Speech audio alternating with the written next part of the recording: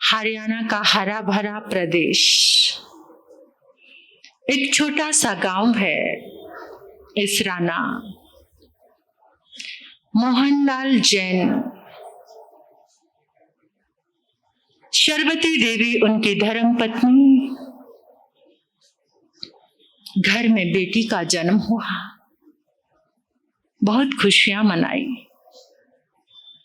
बहुत संपन्न और संस्कारवान परिवार था। संपन्नता के साथ अगर संस्कार है, ये बहुत बड़ी बात है। अगर संपन्नता के साथ संस्कार है तो जीवन में खुशहाली ही खुशहाली है। ऐसा परिवार, बेटी का जन्म हुआ, लेकिन बेटी जब 2.5 वर्ष की हुई तो पिता का साया चला गया। 22 वर्ष की माता विधवा हो गई।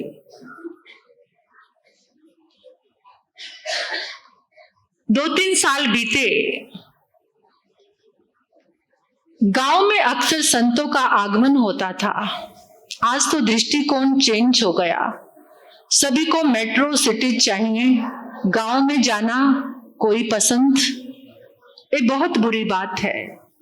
सभी को समझना चाहिए, बेचारे गांव में बैठे लोग आज भी पलक पावड़े, और उनकी भक्ति के सामने शहरों में क्या है? कुछ भी ठन ठन पाल। वो गांव, अभी कितने गांव हमने जब इधर पुणे से विहार किया तो बारामती से पहले ऐसे गांव थे जिनमें वो कहते थे हमारे साथ 3-3, 4-4, 5-5 साल हो जाते हैं, कोई भी साधु संत नहीं आते। रात्रि में प्रवचन कराते थे बच्चा बच्चा, 3 घरों में भी 50 लोग आ जाते थे। बच्चों को जरा ऊपर चुप कराइए। ये जो बच्चे खेल रहे हैं ना, थोड़ा अपने अपने पास बिठा ले माता उनको, तो अच्छा रहेगा। तो छोटे गांव में अक्सर, लेकिन कितने सारे संतों का आज भी दृष्टिकोण है कि गांव में ही चातुर्मास करना है। संयम की परिपालना भी अच्छी होती है, लेकिन आज सभी को ऐसा लगता है कि बड़े शहरों में पता नहीं कौन सा खजाना दबा हुआ है, कौन सा संस्कारों का शायद, लेकिन नजर नहीं आता। खैर चलो, तो वो गांव, उस गांव में महाराज साहब का आगमन हुआ। माता अपनी बच्ची को लेकर आई।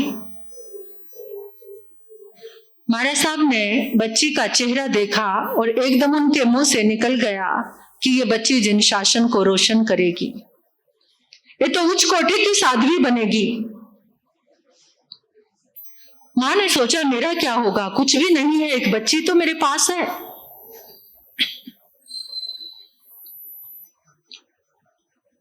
मां घर आ गई, सोचती रही बेटी साध्वी बन जाएगी। अब बच्ची को तो कुछ पता नहीं था, लेकिन मां को पहले वैराग आ गया कि अगर मेरी बेटी साध्वी बनेगी तो मुझे भी।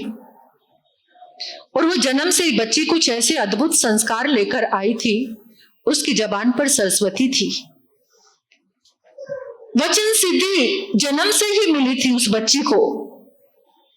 पहले कुओं से पानी भरा जाता था, तो मां के साथ सब कुएं पे पानी लेने के लिए जाते थे। मां के साथ वो बच्ची भी जाती थी, छोटी सी पीतल की बाल्टी लेकर के। तो जब मां पानी भर रही थी, उसने भी अपनी बाल्टी छोड़ी और वो रस्सी हाथ से छूट गई, तो बाल्टी कुएं में चली गई। अब बच्ची रोने लगी, मां को कहा मुझे मेरी बाल्टी चाहिए। मां ने कहा दूसरी मंगा देंगे, वही वाली बाल्टी चाहिए। बाल हट होता ना बच्चे की जिद, वही वाली बाल्टी चाहिए। मां ने कहा वो बाल्टी कैसे मिलेगी, अब तो वो पानी में नीचे कुएं में चली गई, वो मिल ही नहीं सकती। कहती नहीं, मुझे लगता है कि एक दिन कुआं सूख जाएगा और उस मिट्टी से मेरी बाल्टी, इतनी छोटी बच्ची, अभी कुआं तो पानी से भरा हुआ है, लेकिन ऐसा ही हुआ, समय आया कुएं का पानी सूख गया और कुएं की सफाई करने के लिए सब बच्चे गांव के इकट्ठे हुए। वो बच्ची भी पास में खड़ी है कि मेरी बाल्टी, और सचमुच में बाल्टी निकल गई। इतनी छोटी बच्ची, मां को वैराग्य आ गया। अब परिवार, वो भी हरियाणा का, और बहू को आज्ञा देना वेरी वेरी डिफिकल्ट, इतना मुश्किल। बहुत सारा संघर्ष किया। बहुत लंबी बात करूंगी तो बहुत समय निकल जाएगा। बहुत सारा संघर्ष किया, कोई आज्ञा नहीं देता था। जो अपना घर था वो जैन स्थानक के लिए दान कर दिया। पास में जितना भी 2-3 किलो सोना था, 10, 20, 15 किलो जो चांदी थी, पहले का समय ऐसा था, बहुत सारी चीजें होती थी, तो वो साथ में ली, बेटी को लिया और साध्वियों के पास आ गई। अपने ही सोना चांदी से, यानी अपनी दीक्षा का उत्सव मां ने करा लिया। बेटी छोटी सी है, 7 साल की। अब मां का शौर्य इतना है कि जब तक वो बच्ची 60-70 गाथाएं रोज की याद नहीं करती तो मां उसको सोने नहीं देती है। जालंधर में स्थानापति थे हमारे महासती पार्वती जी से आगे साध्वियों का, आगे उनकी शिष्यानुशिष्याओं का क्रम चल रहा था। स्थानापति तो स्थानक में लाइट नहीं थी, स्ट्रीट लाइट आती थी। वो बच्ची 7 साल की, जब तक 50 गाथाएं, 60 गाथाएं, और बढ़ते बढ़ते यहां तक चला गया तो कभी कभी तो 100 गाथाएं हो जाती थी। श्लोक, गाथाएं, सोचकर देखो।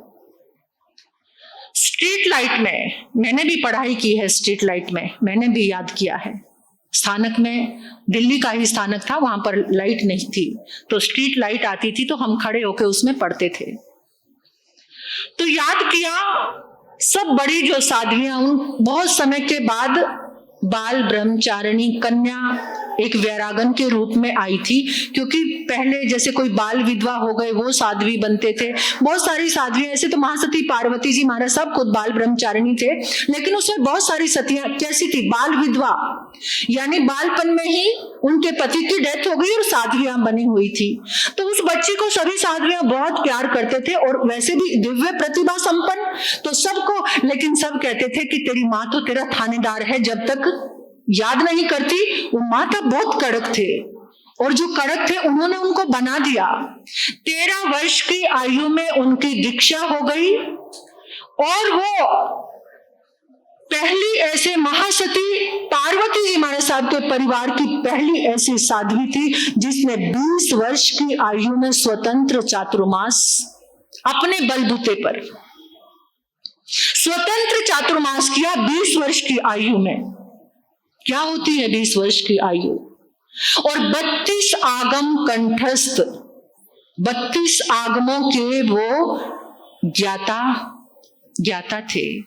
उनके जीवन के विषय में मैं आपको क्या बताऊं। एक बार जालंधर में उनकी टर्न थी मां सती जी के चरणों में सेवा करने की। ऐसे ग्रुप वाइज सबके बारी लगाई हुई थी, उनका नंबर था। वहां पर महासती मोहन माला जी महाराज साहब की दीक्षा को थोड़ा सा ही समय हुआ था, तो उनको कुछ तकलीफ हुई। डॉक्टर आए, अजैन थे, डॉक्टर आनंद उनका नाम था। तो जिस समय डॉक्टर आए, मैंने शायद पहले भी कभी आपने ये जिक्र सुना होगा, लेकिन मैं उनके गुणगान गाते समय यही लगता है कि उनके जीवन का परिचय आप सबको मिले कि छोटी सी उम्र में, केवल 47 वर्ष की उम्र में उनका देवलोक गमन हो गया। मतलब मुझसे भी छोटी उम्र में, और इतना अद्भुत करके गए वो इस संसार में। डॉक्टर आनंद महासती मोहन माला जी महाराज साहब को गुरनी मैया को देखने के लिए आए, तो आते उन्होंने सबसे पहले कहा, गुरनी जी की छवि बहुत निराली थी, बहुत अच्छी हाइट, पर्सनैलिटी। वो जब चलते थे तो ऐसे लगता था कोई गज गामिनी ऐसे चलती हुई आ रही, यानी उनका पूरा का पूरा व्यक्तित्व के प्रभाव में आकर ही एकदम लोग निहाल हो जाते थे। हमारे यहाँ पर सूरत से आए हुए हैं संघ, तो उसमें हमारी गुड्डी बहन आई है जो गुरनी जी की परम भक्त हैं। गुड्डी उर्मिल जी उनका नाम है। गुरनी जी की प्रवेश कुमारी जी महाराज साहब की अनंत उनके ऊपर कृपा रही है, उन्होंने बहुत दर्शन किए हैं गुरनी मैया के।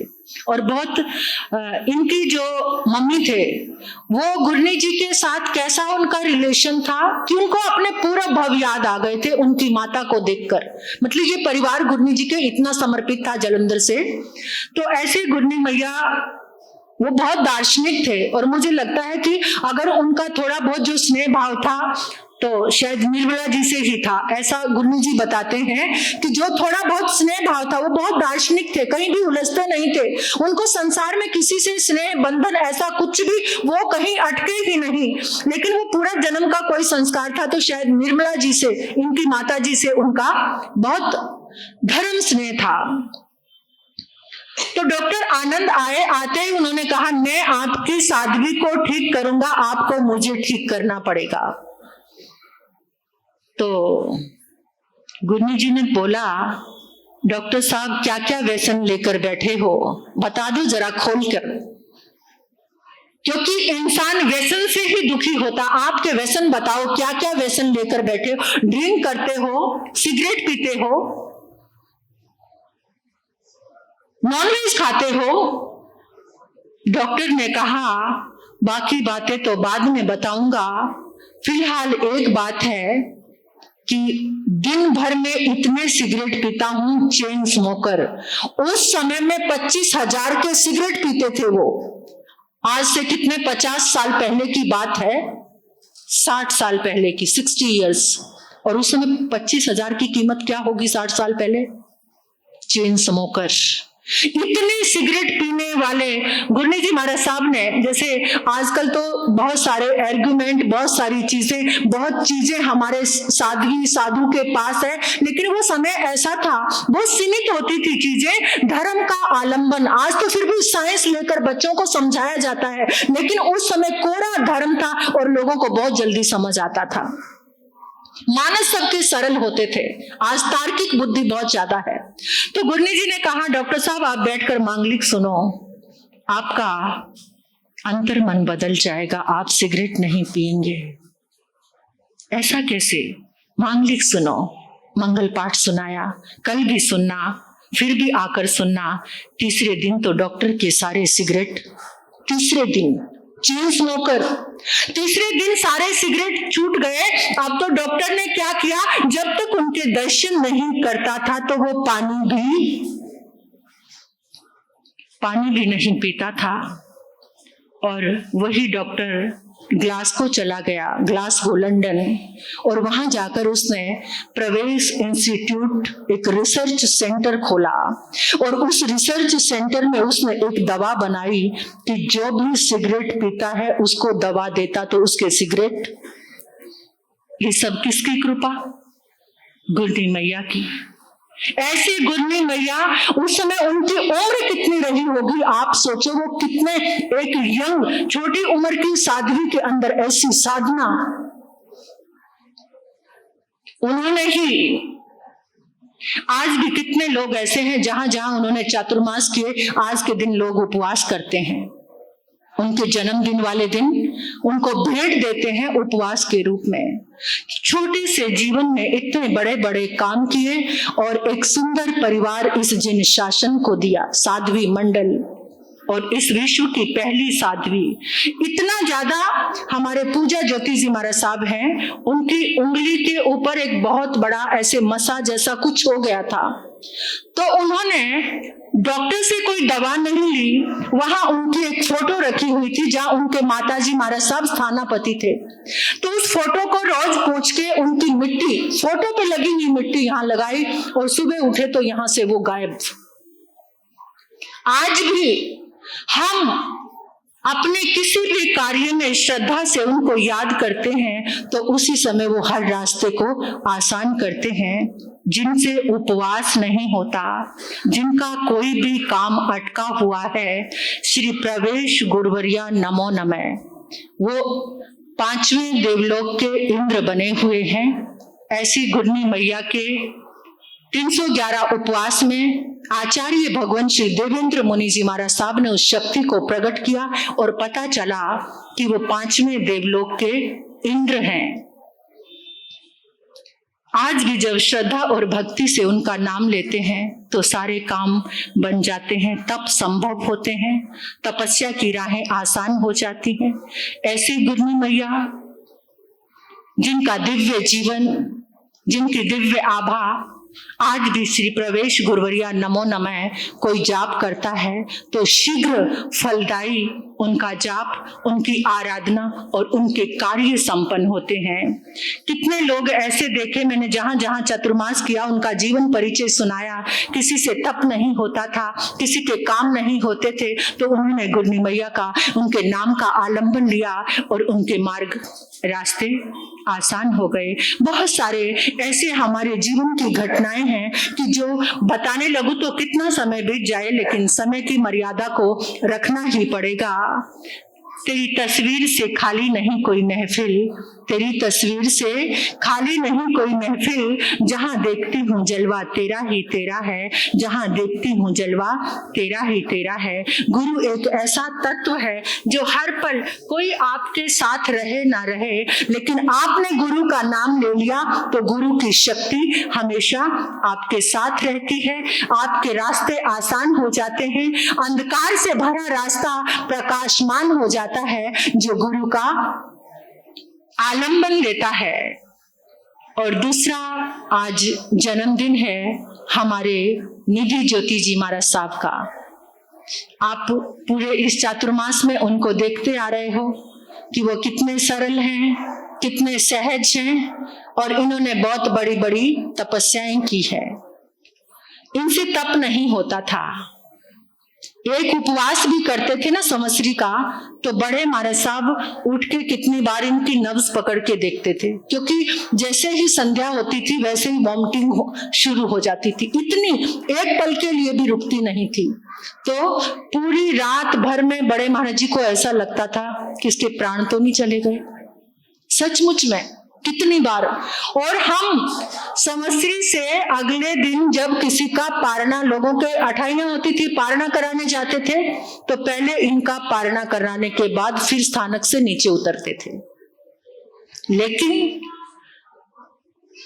इनके मन में एक बहुत अच्छी बात थी, जब भी कोई साध्वी तप करती थी तो ये बहुत सेवा करते उनकी।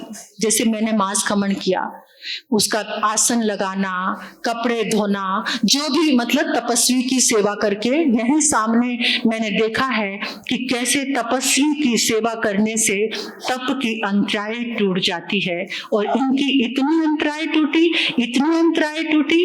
एक बार हमारा 94 का चतुर्मास पंजाब में था, धूरी में, तो बड़े महाराज साहब आइंडिल चल रहे थे। आइंडिल में इनको फीवर आ गया, तो हम सब ने कहा पारना कर लो, तो कहते नहीं मुझे पारना नहीं करना। तो निधि ज्योति जी महाराज साहब ने कहा कि आप पारना नहीं करोगे तो मैं उपवास करूंगी।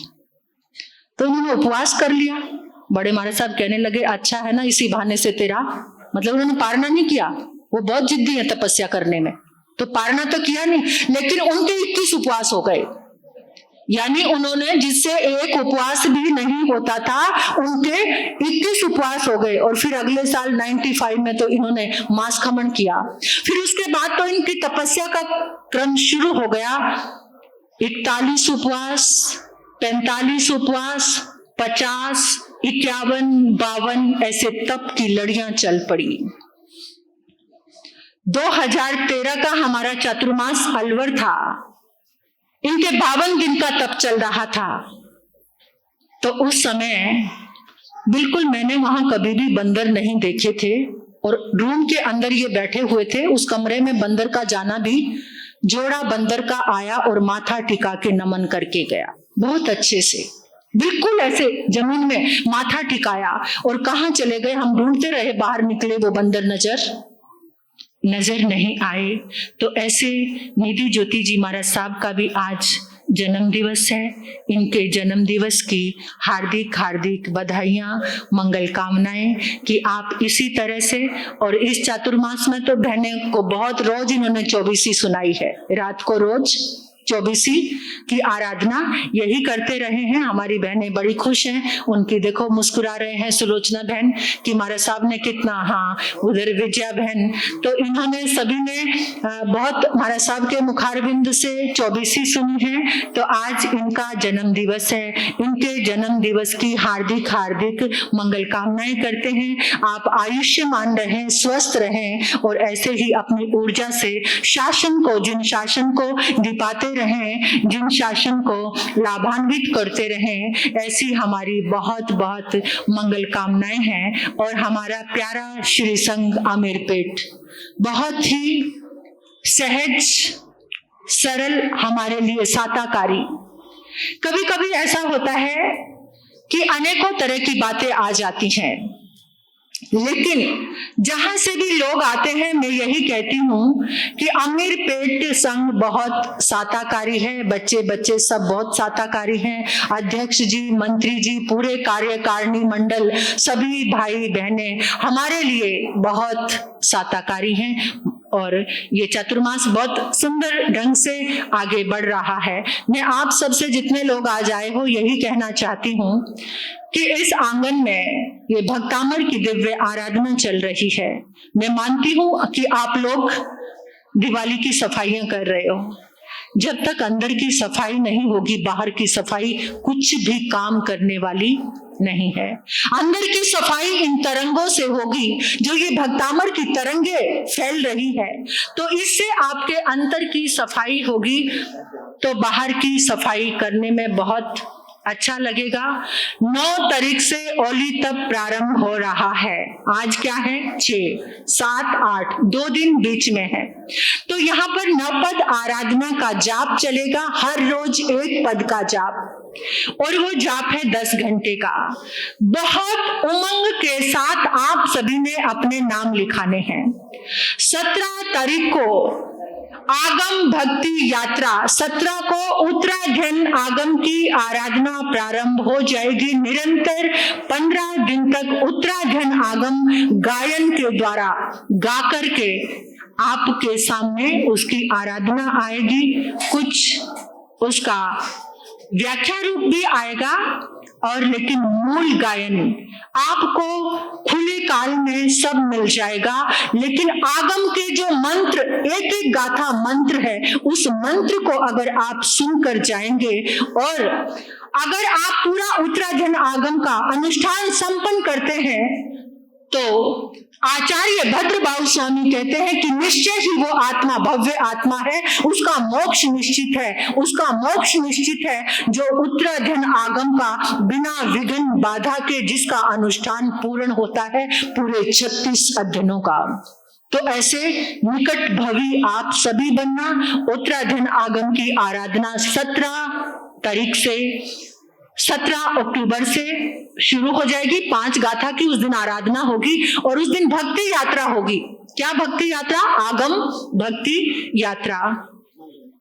एकदम अपने आप को सजाकर, थाली सजाकर, बहुत प्यारे से सुंदर कपड़े में अपने आगम को थाली में रखकर आप जो भी स्थान निश्चित किया जाएगा वहां से नंगे पांव पैदल यात्रा स्थानक तक आएगी। आगम भक्ति यात्रा। जिसने आज तक अपने सिर पर आगम नहीं उठाया, जिसके जीवन में जरा भी सम्मान नहीं है, जिसके जीवन में जरा भी चैन नहीं है, जिसके जीवन में जो भी कमी है, अगर वो आगम को अपने सिर पर उठाता है तो सबके माथे का श्रृंगार बन जाता है। अगर आपको सब सम्मान चाहिए, सबके माथे का श्रृंगार बनना चाहते हो, तो उत्तराधन आगम को अपने माथे पर लेकर इस धर्म स्थान में आकर हमें समर्पित करना आज से ही मेरी भावना है। क्या आप ऐसा पुरुषार्थ कर सकते हो कि 108 जोड़े अमीरपेट के आगम को उठाएं? इतनी सी बात पूरी कर सकते हो? पूरी कर सकते हो? कौन कौन ये जिम्मेदारी लेगा कि हम जोड़े लिख कर लेकर आएंगे? कितने मंडल आए? कोई तो हाथ खड़ा करो। बहनों का, बहुओं का मंडल। माला बहन आए हुए हैं हाथ खड़ा करके। आप मीना जी दुगड़ का हाथ खड़ा है, वेरी गुड। इस आगम की यात्रा में जो जो दलाली लेगा, आप प्रयास करना सब। आप सबके नाम भाई में कौन लिखेंगे? अनिल भाई, गजेंद्र भैया, आपके एरा गट्टे के सब जगह घूम करके। पंकज भैया आपको देख रही हूं, जरा नजरें झुकाओ मत, नजरें झुकाओ नहीं, हाथ ऊपर उठाओ। आपको सभी के अपने एरिया के मुझे चाहिए चाहिए चाहिए जोड़ों के नाम।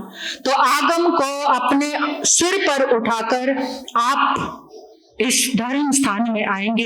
एक ऐसा समोशरण रचा दो उस दिन कि जैसे भगवान के समोशरण में आगम लेकर आप पहुंच रहे हैं। बस ऐसा नजारा देखने के लिए मेरी आंखें प्यासी हैं। तो आप इसको जरूर जरूर पूरा करोगे, क्योंकि 4 महीने, लगभग 3 महीने होने वाले हो गए 3 महीने। तो मैंने आपको कुछ तो दिया ही है, कुछ तो आपको दिया है। तो आपको बस इतना ही देना है। बच्चों का मंडल भी आया हुआ है, आप सबको भी, आप जितने भी कितने मेंबर्स हैं सब के सब आगम लेकर चलेंगे। आप आगम नहीं, आप कुछ स्लोगन लेकर के, कुछ स्लोगन लेकर के आगम के वो चलेंगे। तो ये सुंदर व्यवस्था होगी। बालिकाएं भी, बच्चियों का मंडल भी, सभी ने बढ़ चढ़ कर, कन्या मंडल अपनी ड्रेस में, बच्चे अपनी ड्रेस में, और आप हमारी बहुओं का जो मंडल है, आप लोगों को सबसे ज्यादा आगे आना है।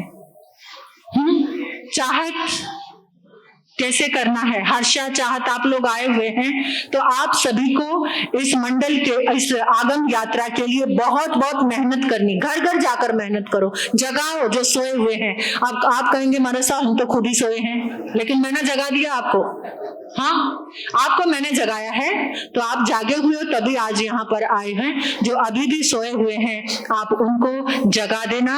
और ये आगम भक्ति यात्रा का नजारा सब लोग कहें कि अमीरपेट जैसा कहीं पर भी हमने देखा नहीं। ऐसा नजारा आप मेहनत करेंगे तो जरूर आएगा।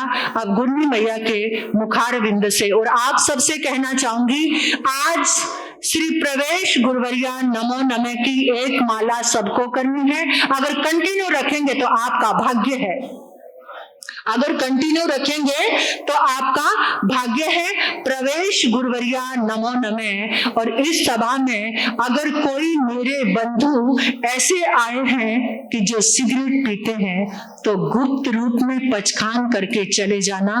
उनके चरणों में ये भेंट जरूर देना। अपार कृपा बरसेगी। आप लोग नहीं, बच्चे बैठे हैं और कोई बैठे हैं। एक तो मेरे ही परिवार से युवक आया, आज मैंने उसका नियम करा दिया। उसका जन्म तो ब्राह्मण परिवार में हुआ है, लेकिन मैंने उसको वैष्णव का नियम, सिगरेट शराब का नियम करा दिया कि कभी भी किसी भी कंपनी में बैठकर उसको चखना भी नहीं है। ऐसे तुरंत ऐसे नियम, वो तो अजैन परिवार से आया है और आज सुबह ही उसने नियम कर लिया। आपकी धर्म सभा में ही बैठा है वो युवक। तो आप लोग भी, मैं सबको ये कहती हूँ, सामने मत खोलो, लेकिन अंदर जो भी कोई सिगरेट के रोग को पाले हुए हैं, तो गुप्त रूप में आज पचखान करके उनके चरणों में अगर ये भेंट देकर जाओगे तो माला माल हो जाओगे। तो ऐसा आप सभी प्रतिज्ञा करके जाना। गुरनी मैया की एक एक माला आप सभी को जरूर करनी है। मेरे प्यारे आराध्य, मेरे प्यारे गुरनी मैया, तेरे शबाब से बढ़कर कोई शबाब नहीं। हे गुरु माँ, तेरे शबाब से बढ़कर कोई शबाब नहीं। कसम खुदा की तेरा कोई जवाब नहीं। कसम खुदा की तेरा कोई जवाब नहीं। नहीं है जवाब, कोई जवाब नहीं, क्योंकि उन्होंने अपनी शिष्या को तप का वरदान देके इस विश्व की एक अकेली पहली प्रथम तप साधिका बना दिया। भूतों ने भविष्य का पता नहीं, भूतो न, भूत में तो ऐसा अभी तक नहीं हुआ कि किसी ने, साध्वी ने 311 उपवास की आराधना की है। और भविष्य के लिए तो कुछ भी हो सकता है, उसके लिए हम कुछ नहीं कह सकते। लेकिन अब तक, आज क्षण तक एक ऐसी साध्वी देकर के आपने, और आपको पता है मैंने उनके दर्शन नहीं किए। 84 में उनका देवलोक हुआ, लेकिन श्रद्धा का प्रवाह ऐसा है कि जब तक उनका नाम जिबा पर नहीं आता तब तक मैं किसी से बात भी सुबह नहीं करती। ऐसे गुरनी मैया मेरे सिर पे विराजमान है, मेरे दिल में विराजमान है, मेरे रोम रोम में विराजमान है, इस चादर में विराजमान है, ओगे में विराजमान है, इस मुख वस्त्रिका में विराजमान है, हर जगह एक पात्र में विराजमान है, हर जगह संयम के जो उपकरण हैं उन सब में वो विराजमान है और हमेशा रहेंगे। ऐसे मेरे गुरनी मैया को अनंत अनंत अनंत अनंत वंदन। अपनी कृपा, अपनी छत्र छाया ऐसे ही सदैव मेरे सिर पर रखना, जैसे अब तक रखते हुए आए हो, ऐसे ही मुझे इस संयम के मार्ग पर चलाते रहना, जैसे आज तक चलाते आए हो। ऐसे ही श्रद्धा भरते रहना इस जिन शासन के लिए, जैसे आज तक भरते आए हो। ऐसे ही इन कदमों को, इस मन को संभाल कर रखना, जैसे आज तक संभालते आए हो। ए गुरनी मैया, आपके चरणों में मेरे अनंत अनंत वंदन।